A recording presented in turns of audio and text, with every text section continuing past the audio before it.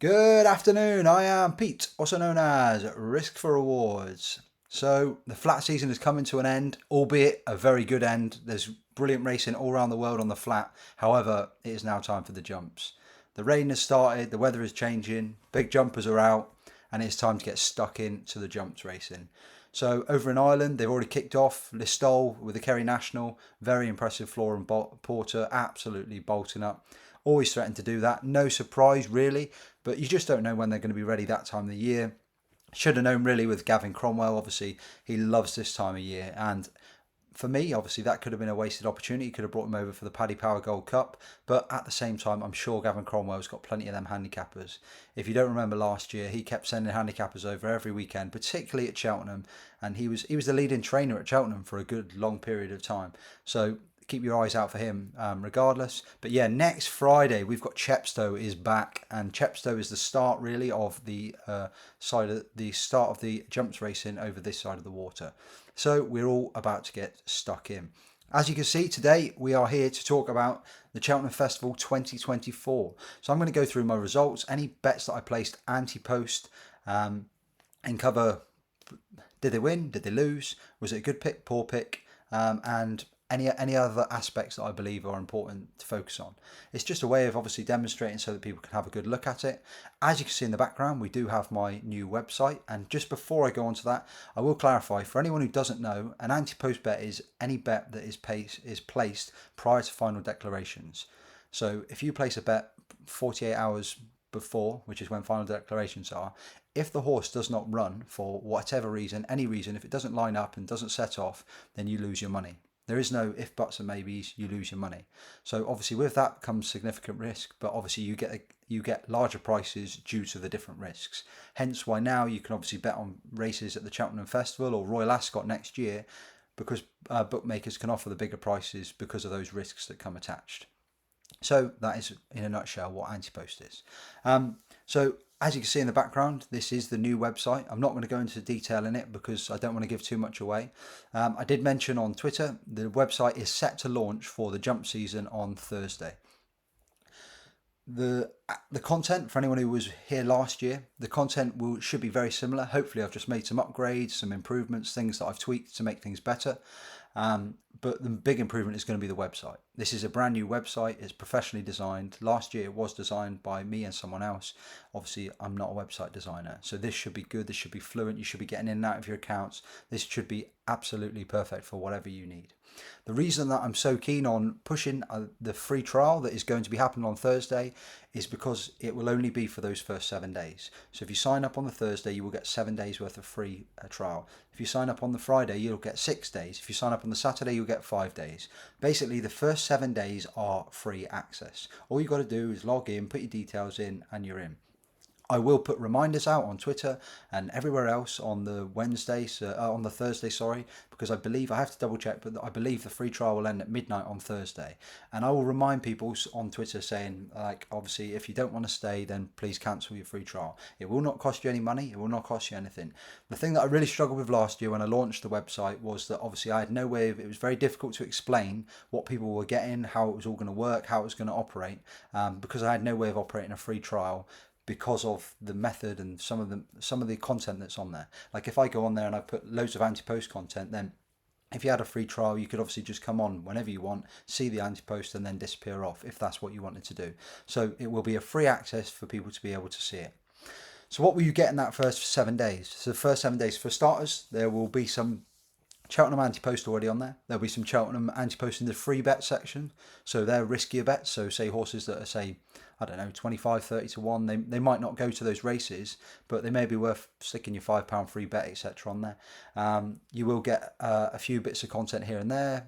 There may be a Grand National selection on there. There may be a selection for the King George, things like that. So I will put a bit of stuff on there just so that people can just get a feel for what it is they will be signing up for. Obviously, it will become more and more and more once, obviously, the free trials ended. But I want people to be able to understand. On that Thursday, when you sign up, the main focus is obviously going to be the Arc, because it's the Arc this weekend. So for the Sunday, you will get full selections, content, analysis, and a breakdown of the Arc de Triomphe itself, and all of the other races that I believe that got opportunities in on that day. There may be one or two across on the Saturday, but it's less likely because obviously it's over in France. Their going descriptions are often different, so I like to see what the ground is riding like, if there's any biases and stuff. Like I remember last year we looked to the Sunday and the ground, I'm sure, says good to soft. It still says it in the description now, and some of the times for horses like Opera Singer and Rosalian were coming back absolutely rattling fast. So it's just you're just not in a rush. So in simple terms, you'll get the Arc de Triomphe stuff, but more importantly, you'll get on the Tuesday, you will get the review. So whilst it's important to try and get winners on the Sunday, the review will be just as important. The reason it's important is because using those horses and seeing how they've ran and what their plans are, hopefully that we'll find out on the Sunday, Monday, roughly, or I'll be able to try and predict where I think they'll go. Next up will be the Breeders' Cup and Ascot Champions Day. So using that information we gather on Sunday and over the last few weeks, I will then start throwing out rough Ante Post or selections and content that I believe of where these horses could go on the Tuesday. So it'll be like a bit of a preview of, and hopefully a few Ante Post selections on Tuesday. So that'll be part of your trial as well. And then finally on the Thursday, you'll get some jumps action. So on Thursday, you'll get Chepstow previews for both the Friday and Saturday. So that way I'll have any horses that I think to note, any selections, any stats that could pay dividends, anything for you to focus on for those 2 days. Are there any Cheltenham horses potentially?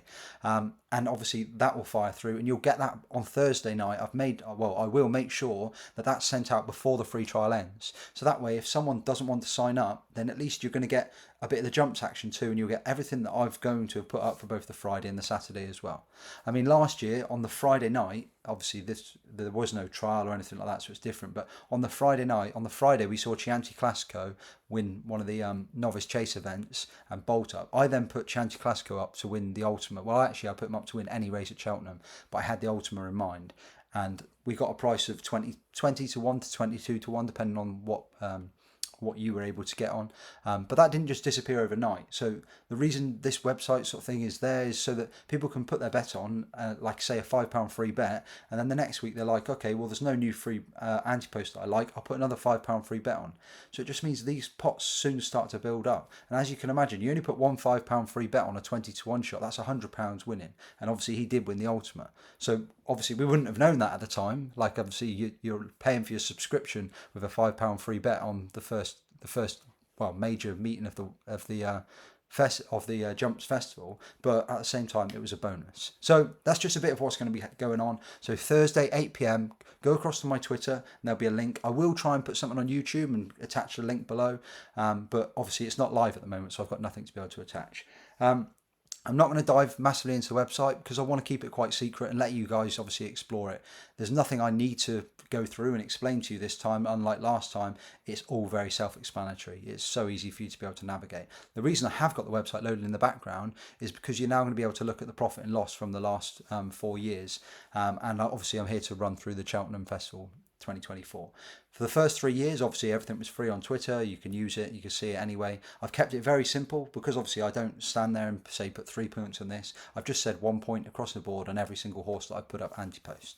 So without further ado, let's flick down and we'll go down to the 2024. So you'll be able to do this yourself. Obviously you can see all of them across the last 4 years. This here is Cheltenham only. So over the last season, the last 7 months of last season, you have the October meeting at Cheltenham, the November meeting at Cheltenham, you have a December meeting at Cheltenham, and you have a New Year's Day in January, January Trials Day, and in March. So all of my selections are in there and the profit and loss for that period of time. So if you're thinking, oh, does he know, like as in, has he got a grip on the track or whatever, is he good at predicting Cheltenham itself, then obviously you can view those, because I know Cheltenham is very important to everyone. But this is where you click and you'll be able to do this yourself, and that's without signing up. So download profit and loss, and then here we are. Let's try and bring myself back in. So here we go. It is in a simple Excel spreadsheet, and this is exactly what you will get if you click that. And you don't have to be a member to see this. Anyone can see this. So the first up is the Supreme. So the Supreme, over the last few years, I remember back when we had Dice Up Dynamo, Constitution Hill, I had quite a strong grip on the Supreme for a good few years, where I was firing into it and I was getting results. I was still having 3 or 4 horses picked, but I was getting them at like 20, 25 to 1. Last year, I never really felt 100% sold on something. I just felt there was so much It was so difficult to tie down a horse where I just thought that's definitely a supreme horse. It's definitely one that will target. So what ended up happening is I just recommended plenty of horses at say 20 to 1, 25 to 1. And come the day, yeah, we had plenty of those. So like horses like say Tully Hill was 50 to 1 to win a race and to win it at the Supreme. He didn't win the Supreme, but he went off at, I don't know, 6 to 1 or 8 to 1. Horse like that. I will hold my hands up and say I didn't pick Slade Steele because I didn't think he'd be here. I thought he'd probably be in the Ballymore. But at the same time, they were all just free bets. So there was no recommendation of selections. On to the Arkle. So just before I start, I just say that I think Cheltenham on the whole was a very difficult year for punters, especially Ante Post. I do feel lucky that obviously, as you can see, it was a profitable year because there was a lot of big guns that went down, like horses like Marine Nationale, Constitution Hill, obviously pretty much the whole. I'm not a fanboy, but I do back a lot of Nicky Henderson's horses because outside of Willie Mullins's, he's the one who has all the best horses over here. So I do back a lot of his, and having horses like John Bon, etc., Sir Gino, it doesn't matter what price you've got because they all just ran to like 20% of their abilities. So it was a difficult year. So if you did have a rough year, even if you had a minus year, I'd just throw it in the bin, move on, and just go on. Anyway, back to this. So Arkle. First selection I put up was Marine Nationale. Obviously, Supreme winner, very impressive. On his debut, chasing debut, I had zero complaints with that, and I thought we're on to one. He has had issues since. I'm not going to start going into horses going forward, but it is what it is. He didn't go there. The other one was Mr. Policeman. I did put him up before, obviously, the common crowd, before everyone else grabbed onto him. It was 16s to 20 to 1, but obviously, this is the bottom price. Again, it just didn't materialise. He just wasn't as good. He had a run over hurdles that marked him out as a potentially very high level chaser, but he just never really materialised.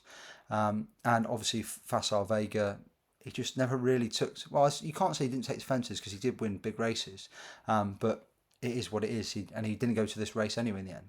Luckily, on the just before declarations, I took the price on Gaelic Warrior at 4 to 1. It's just one of those, you were going around the house and I just thought if there's a horse that could win on this day, it's going to be this horse because the rest of the field, and I've said that a long time, was very meh.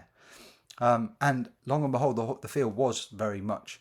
But really fortunate when you look back now, you just think you caught Gaelic Warrior on a going day. And I still believe that he can beat any horse on his day. He's just a little bit one of those where you don't know if you're 100% going to get him on his day. And I know people say, well, that's slightly unfair because obviously on the whole, he's been very consistent. He has, but he did have two wobbly spots last year.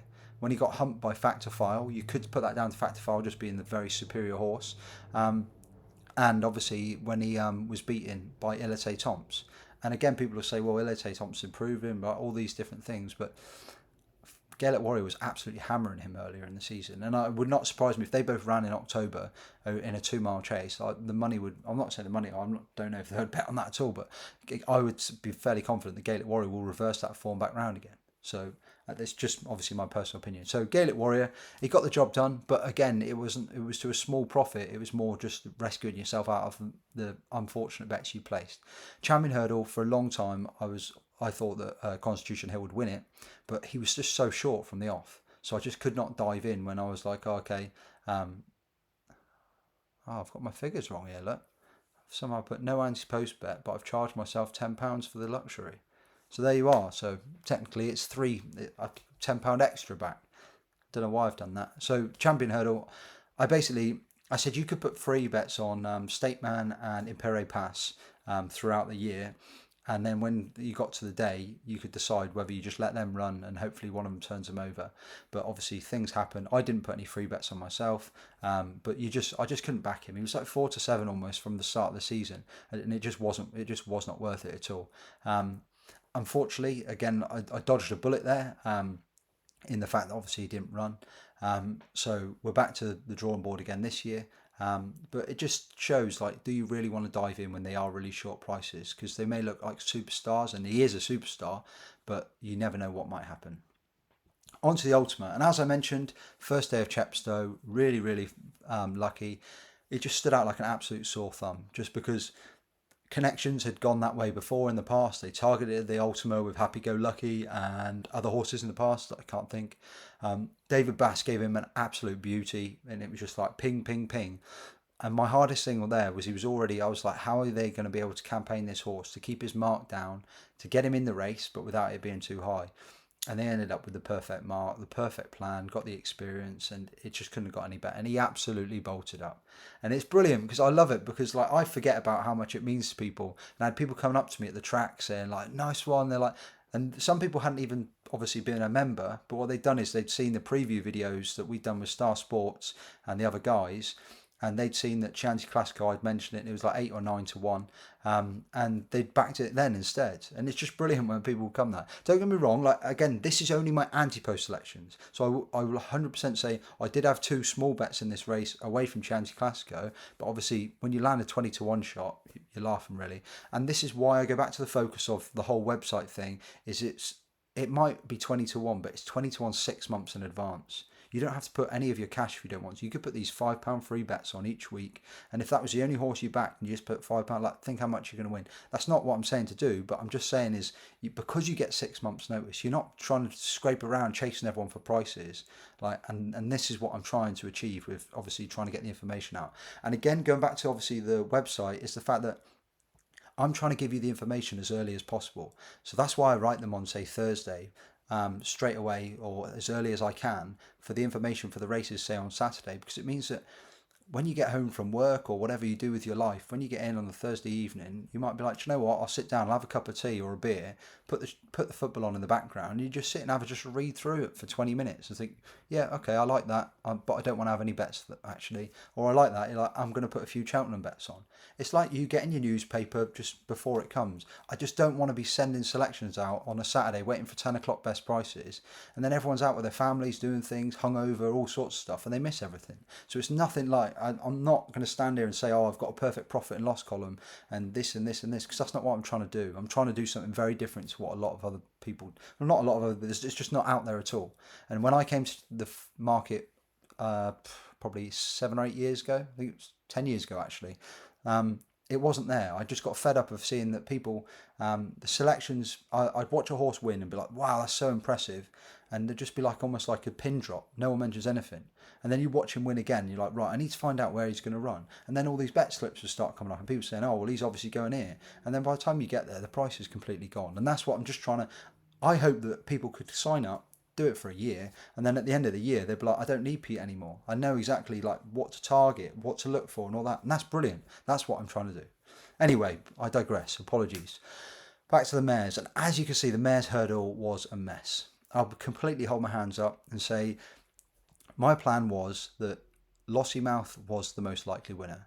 But Lossiemouth, unfortunately, was, I think, 4 to 1 or 7 to 2 pretty much from the start of the season. She was such a short price. So my idea was, this is where my columns hinder me, because I didn't say to people, go and put 1 point on each of these things. I said, you may want to have a small bet, especially on Lantry Lady and Under Control. Galamasso and Astro Diamond, I did look, I thought, do you know what? I could probably take these on with Lossiemouth and see how we get on. But the other two, they're like, oh, it was more like get a free bet on, or if your normal stakes are £10, put £1 on sort of thing. But because I don't want to start obviously saying, oh, you said this, I just want to be as honest as possible. I've put them down all as the same stake. So I know that most people would have had a bigger bet on Lossiemouth, and there was people that were very pleased when she won. And obviously I still got the value, 7 to 2 getting sent off at 8 to 13 SP. The difference was, in reality, is like you're still taking a £5 loss because of the way the chart falls. But I'm trying to provide content rather than a straight up thing. But the good thing was, at least you're not on a big loss, even if you did back all 5 of those horses in the mare's hurdle. I just thought you've got to try and take the value before you accept defeat. And in the end, you just had to accept defeat, and she was so good. Onto the juvenile hurdle. So Nara, she was a bit of a like a long shot, like as always with the juvenile hurdle, the Boodles. My advice for the Boodles is, unless you've got something that you're really strong on, is I'd just wait until the day. I haven't got them obviously to hand, but if you go back and you look at the prices of the winners of that race, they are monstrous, huge prices. And the irony was that last year's favourite, who spent 6 months of the season being favourite, ended up drifting to 8 or 9 to 1 on the day. Didn't even go off favourite, and then obviously bolted up. So it just shows, and he was favourite for pretty much the whole of the winter. So is what it is. My advice for that, obviously, I'm always looking how to improve, and for me it would be just chuck it in the free bets column. Don't even advise a real selection in this one because of the prices. So further down, the National Hunt Chase. National Hunt Chase is gone now. We're going back to a handicap. And when I look at this, it's not the worst idea because I put up 3 horses, none of them won. Embassy Gardens, it does become a 2-horse race nearly every year. Monty Star, I think, would have had an absolutely brilliant chance in this. And I still would be convinced it would have gone very close, if not winning. Obviously, didn't run here around the Brown Advisory. Salvador Ziggy, the rain came. He didn't want the rain. He went from 10 to 1 to 4 to 1, back out to above 10 to 1 and bigger on the exchanges. Ran no race. He's been very poor, to be honest, in his since his wins in the winter last year. Embassy Gardens, the money came. He went off a much shorter price than obviously what I'd picked. He finished second, but he just wasn't good enough. He wasn't good enough compared to Corbett's Cross. On to the Wednesday. So Wednesday, we have the Gallagher's Novice Hurdle. This was one that, yeah, okay, I could say that I had it at the Ante Post 7s, but nearly everyone who you spoke to had backed him for the Ballymore rather than the Supreme and at much bigger prices. So people had him at, I don't know, like 10s, 20s, all sorts of things. So it was just great for obviously all the punters. This race absolutely fell apart. Gidley Park didn't even run here. Connection staying afterwards. They wished that he'd ran here rather than the Albert Bartlett. I don't know why they did. I think a lot of horses just ran scared of Ballyburn because I think there was 7 or 8 runners, of which Willie had the first 5 or 6. I think there was possibly 7 runners. I think he had the 1 to 5, a 6th place finish in English horse, and the 7th was a pulled up Nicky Henderson horse. Onto the Brown Advisory. So Stay Away Faye put up the start of the season, thought everything was going swimmingly when it comes to January, February time. And if Nichols is going to target a race, it's going to be this. Would not surprise me again if he goes with, I think it's Coldwall Potter, and he targets this race. It's the one race that he's had success in recent years. But the horse just seems regress compared to its elders as it got close to the time. And I think Nichols' enthusiasm regressed as well, in my opinion. Would not surprise me if you see him in some big level handicaps this year, something like a Welsh National, something like that. Irocco, obviously in, out, shake it all about, like you didn't know what would be coming going. Switched races, had injury. I put this up prior to all of those things, prior to debut. So when he bolted up on debut and his price came right in, I thought, okay, we're on. But that's the risk you take with Ante Post betting. Monty Star, obviously price contracted, finished second. All of my bets are win only as well, just to clarify. Finished second, so he ran a great race. Would have got the job done if Factor File didn't, and that's why he's obviously in there as a second selection. Factor File, again, where I go back to obviously my honesty skewing my figures slightly, is the fact that I did put Factor File up at 9 to 4 here, but what I also did was I put Factor File in a double with Iberico Lord to win the Greatwood, which was around 20 to 1. So that was for the Turners. But what I said to everyone was, as soon as I found out that he was going to run here instead, was that the money that you'd won. So if you'd had £1 on him to win both of those two, Iberico Lord was 8 to 1 or 7 to 1. So you would have had to say £8 profit. Is to put that £8 profit on here. So you would have effectively, all you would have got was you would have got a bigger price because he was 9 to 4 here, whereas he was 6 to 4 for the Turners. So basically you would have had 20 or 25 to 1 on Factor File. Put it this way, people who aren't following the charts and they were members of the thing, they weren't disappointed when they saw Factor File win and they'd had that extra cash on. So that was brilliant. Champion Chase, the less said the better. Every year we're just seeing, like, I haven't got the stats to hand, but the amount of odds on favourites, the amount of favourites, and like to be sat there as well with El Fabiolo. The night before, El Fabiolo trading at about 4 to 7, John Bon trading at like 2 to 1 and then obviously John Bon goes out, El Fabiolo's into 2 to 9. Like Nicky Henderson and JP McManus has wanted to win this race for pretty much forever. To pull John Bon out and then watch what happened, they must have just felt embarrassed, like so disappointed and embarrassed about the situation, because that was an absolute golden opportunity, open goal to obviously, and then that race fell apart. El Fabiolo, no idea what happened. Obviously, he didn't look too happy, and people will say he was jumping this and that. Well, he was fine in the Arkle. Same trip, same course, no issues. So you can say what you like. If he'd ran his Arkle run, he would have absolutely bolted up there. So something didn't go right on the day, and this is what I say about his horse racing. This is why I don't put points on things, because if I turn around and said 10 points on El Fabiolo, he gets sent off at 2 to 9. You could have laid it off, done whatever you want for profit wise. It's great value. You have a 9 to 2 backed into 2 to 9 for the value side of things, but it still just says minus 10 on the chart. So El Fabiolo, no idea. And then obviously John Bon, I mean, it's just frustrating watching him get pulled out because obviously he was very short on the day, and between the two of them, they would have. I wouldn't even know the percentages of what it'd be for one of them not to win, and one not to run, and the other one be pulled up 4 fences in. But it is what it is. All I can say is Captain McGuinness will not be winning it next year. Um, Coral Cup built by Ballymore. I just got in my head. I started looking at the stats. I was digging deep and everything. Looked at the trainer's record, and I just thought I'm ahead of the crowd with this. The rain was coming, and we were ahead of the crowd. We got the 14s. He was sent off 4-1, but it just wasn't good enough. Just one of those selections. Coral Cup is such a tough race, obviously, to pick the winner anyway.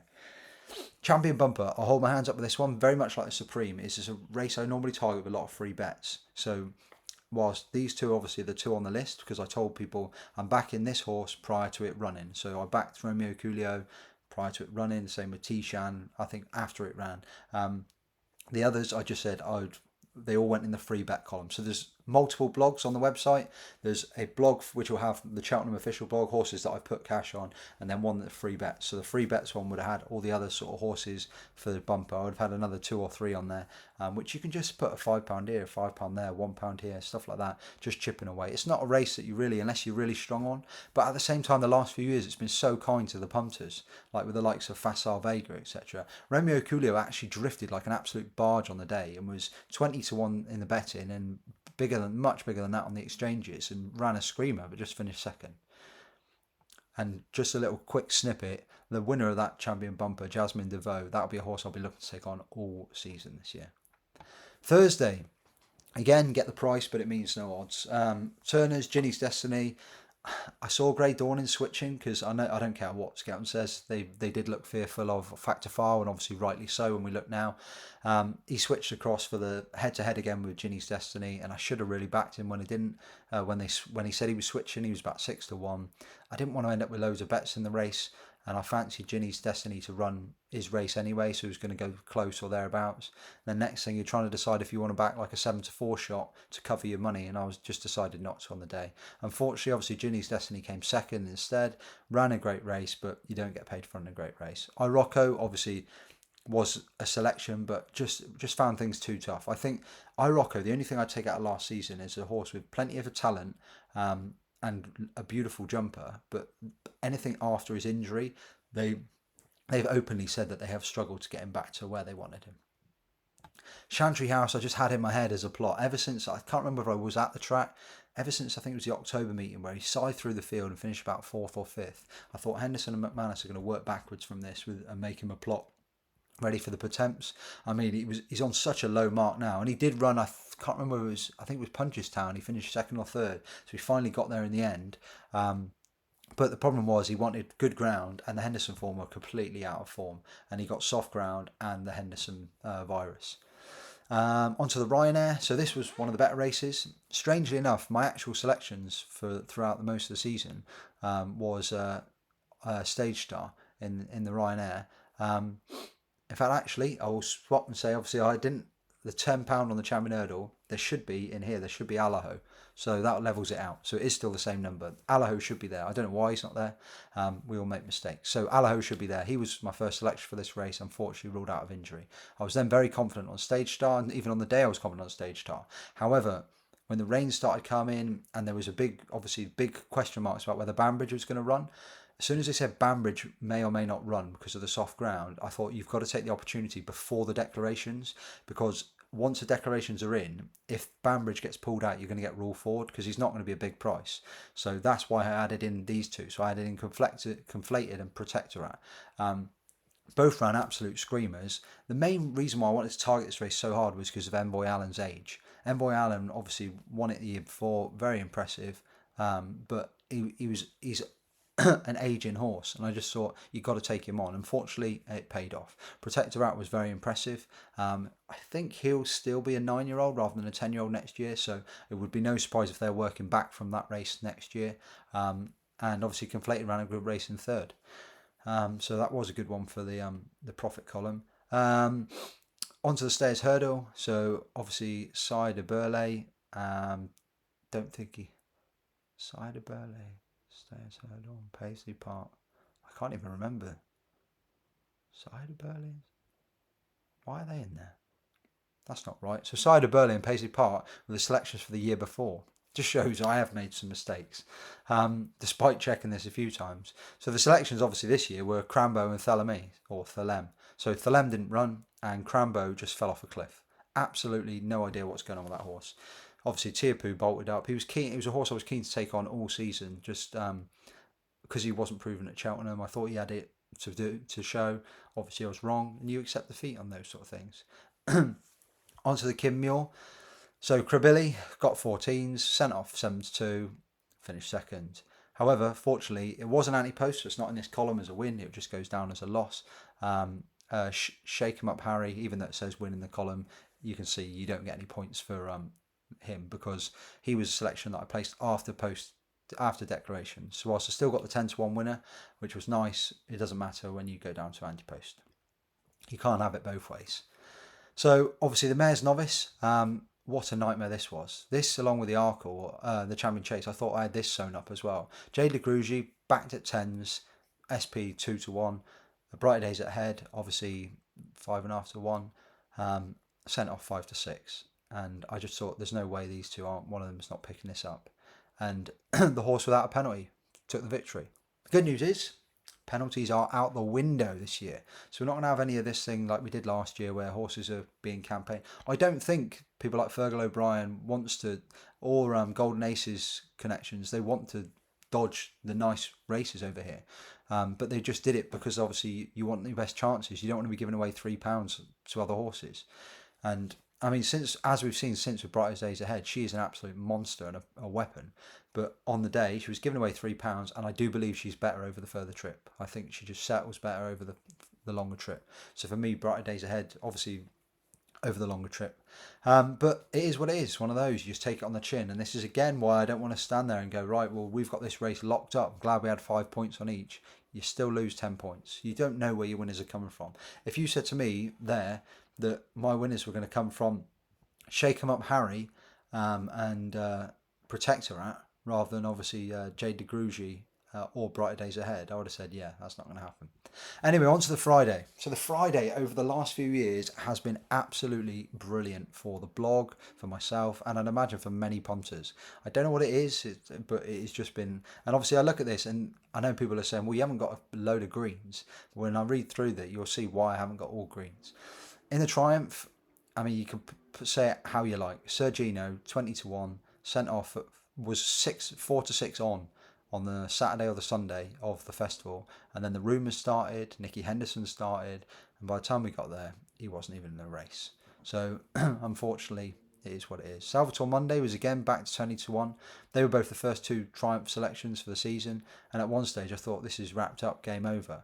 But, as always, I'm not like all punters where I just set my stone on that one selection. I don't want to waste any money. I had planned for just in case of the others, and a strong trial was obviously the DRF, and that's where we got these two. We got these two at 14-1 and 10-1, Majborough and Cargeese.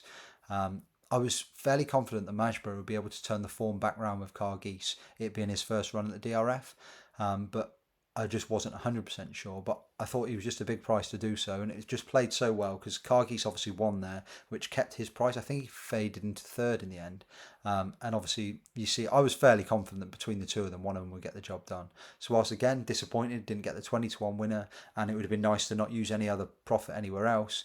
This is why sometimes you have 3 or 4 horses in a race. And some people say, well, I don't want to have 3 or 4. That's completely up to you. But still, 4 horses in the race, say I've had £10 on, Majborough wins, so I get £110 back. So take 30 away, plus your 10 stake. So you're still getting 70 profit. So you still make 7 points profit. And that's what the game is all about. It's about making profit. If you can corner the market, that's what it's about.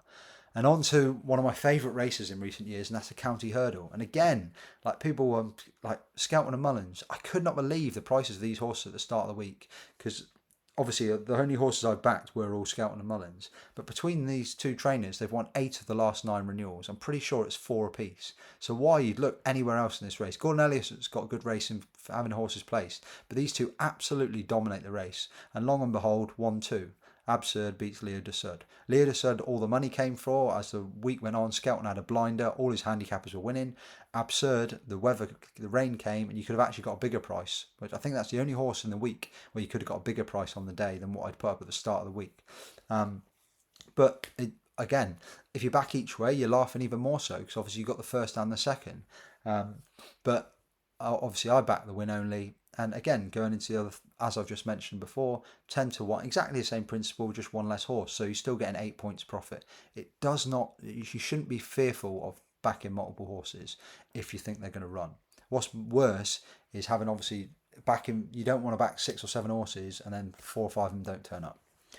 High Class Hero in the Albert Bartlett. I mean, this is just a race I don't normally play Ante Post, and I fancied it. I thought he was, and then I picked a few on the day, and I think like Dancing City finished third, I think, and that's the only time I think that he's been beat. He's smashed everyone up since. So it's just a race I'm going to try to avoid, a bit like the Boodles.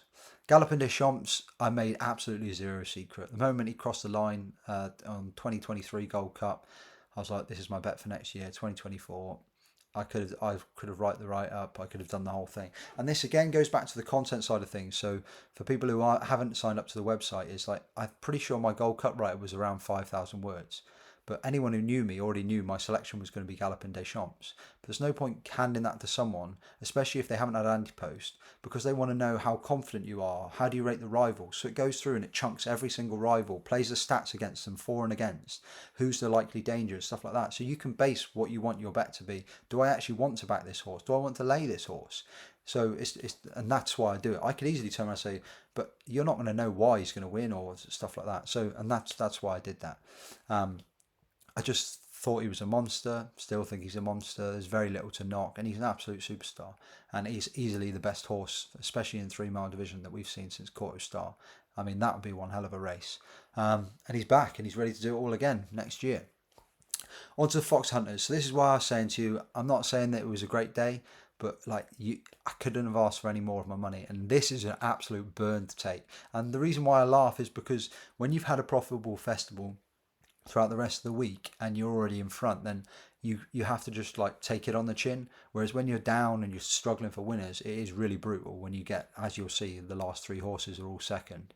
But it's on the line won both his runs prior to Cheltenham. He then won at Aintree and he won at Punchestown when in reality the conditions should have suited less. But for whatever reason, he just got turned over by Sin Nominee, who was a horse who I thought was a huge danger, and I debated back him, was at bigger prices, but became a wise guy horse, and she went from 14s into like 6 to 1 or whatever. And then I just thought, you know what, let's just ride the one horse, who was obviously sent off, I think about 13 to 8 favourite, and unfortunately just bumped into one and won everything else otherwise. But it is what it is. He'll be back there again, and no doubt he'll probably go very close again. On to the Mare's Chase, Dino Blue was a tough one to take. I don't think it had the best ride. I'd like to have seen her a bit more prominent. I think she probably had a harder season than what I would have liked going into this. Mullins normally doesn't really give him too hard a season. And obviously it doesn't help that obviously beaten by JP McManus's other horse. But it is what it is. It's one of those. She was beat and yeah, you can't, like, I had the horse, obviously you backed it at 6 to 1, sent off 15 to 8, and that was 15 to 8 as in after a drift. Like, she was around even money at one stage. It was just because the rain just kept coming down and everyone thought she didn't want it and her rival did. The Gavin Cromwell horse did want the rain. I don't think it hindered Dino Blue at all it did was promote the other horse's chances. And then finally onto the Martin Pipe. So the Martin Pipe we've got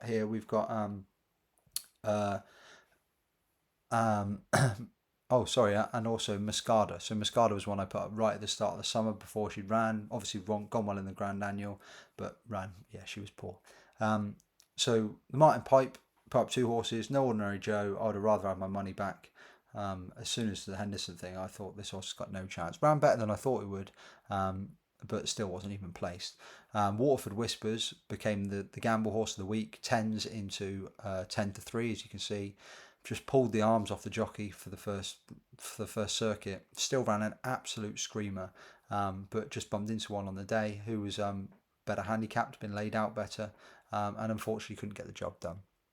So it is what it is. It's one of those things. So on the whole, I'm very pleased with how the festival went, especially with, like I say, the issues, stuff like Nicky Henderson, Constitution Hill, Marine National. It's one of those. Like when I look back through some of my other years, all of those things have just fallen into place, and you're laughing.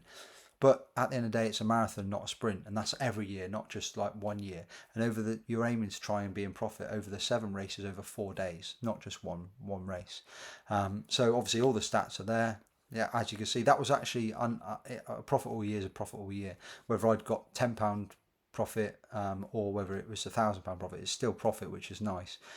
This won't reflect a lot of people's own picks because everyone does things their own way, and that's the way it should be. But this was just as simple as I could make it up.